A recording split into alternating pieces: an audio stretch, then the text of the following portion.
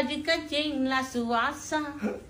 Pakai mari babala Melaka.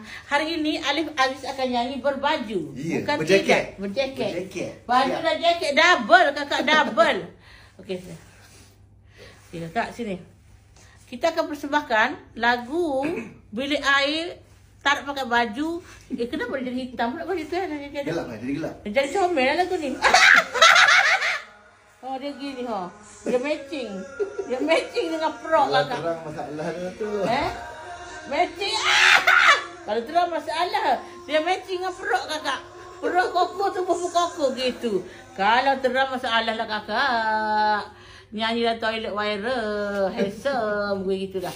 Okey, makan dengan ini. Okey, lagi 10 orang. 10 orang ni. 10 lagi. Sikit lagi. Okey, minta.